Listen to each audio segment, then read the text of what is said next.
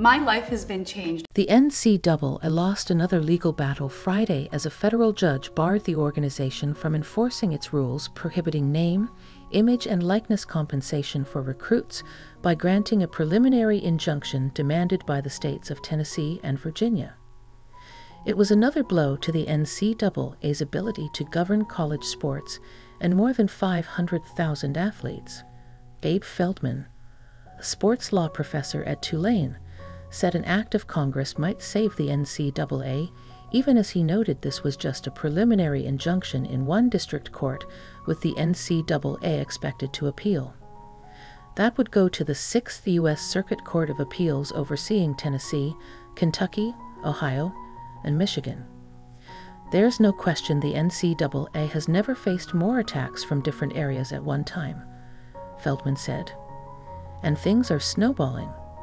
And I think that's why there are so many serious discussions about how college sports needs to change and what those changes will look like.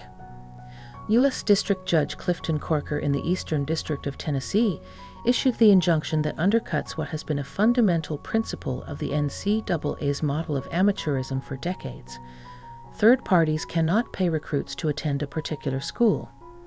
The judge wrote the NCAA's stance likely violates antitrust law, with Congress so far unwilling to give the association an exemption.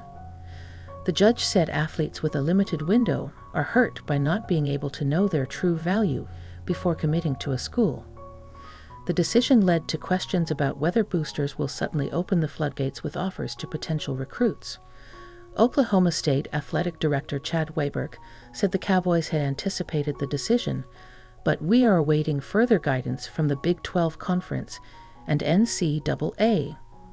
The NCAA said it would review the ruling and talk with its member schools about possible policy changes. But the NCAA said turning rules supported by its members upside down will only make an already chaotic situation worse and lessen protections keeping athletes from being exploited. An endless patchwork of state laws and court opinions make clear partnering with Congress is necessary to provide stability for the future of all college athletes, the NCAA said in its statement on the same day. NCAA President Charlie Baker discussed the situation on Capitol Hill. I think in the end we are going to need Congress to do something, Baker said, because people will draw a lot of conclusions from court decisions, and then there will be new ones. Helen Drew, a professor of sports law at the University of Buffalo, said Baker is not identifying any specific bill for Congress. She also said this all is accelerating quickly after the NCAA did virtually nothing for years. Why have they not been addressing this? Drew said, the model's falling apart. The Attorneys General of Tennessee and Virginia filed a federal lawsuit on January 31, challenging the NCAA's NIL rules after it was revealed the University of Tennessee was under investigation for potential infractions. They argued that since the NCAA lifted its ban on athletes being permitted to cash in on their fame, in 2021 recruits are factoring in NIL opportunities when they choose a school, decisions that should not be limited. The judge noted the NCAA's contention that allowing so-called NIL collectives, business entities backed by boosters, to strike deals with recruits would eviscerate the difference between college athletics and professional sports. While the NCAA permits student athletes to profit from their NIL, it fails to show how the timing of when a student athlete enters such an agreement would destroy the goal of preserving amateurism, the judge wrote. Corker has made clear he believed the states are likely to prevail in the long run. Tennessee Attorney General Jonathan Skrmetti said the injunction ensures athlete rights will be protected from the NCAA's illegal NIL recruitment ban. He said the bigger fight continues. We will litigate this case to the fullest extent necessary to ensure the NCAA's monopoly cannot continue to harm Tennessee student athletes, Skrmetti said. The NCAA is not above the law, and the law is on our side. Virginia Attorney General Jason Miyares called the injunction a significant ruling for athletes who deserve the freedom to negotiate and benefit as the NCAA and its member schools earn millions. It's only fair that they have more freedom over what they earn, he said. The NCAA has taken advantage of talented young athletes for too long. Joshua Vins, an assistant professor at the University of Arkansas and former college athletics administrator, called this lawsuit and the judge's order very specific. Lenz said the NCAA still can enforce its other NIL rules.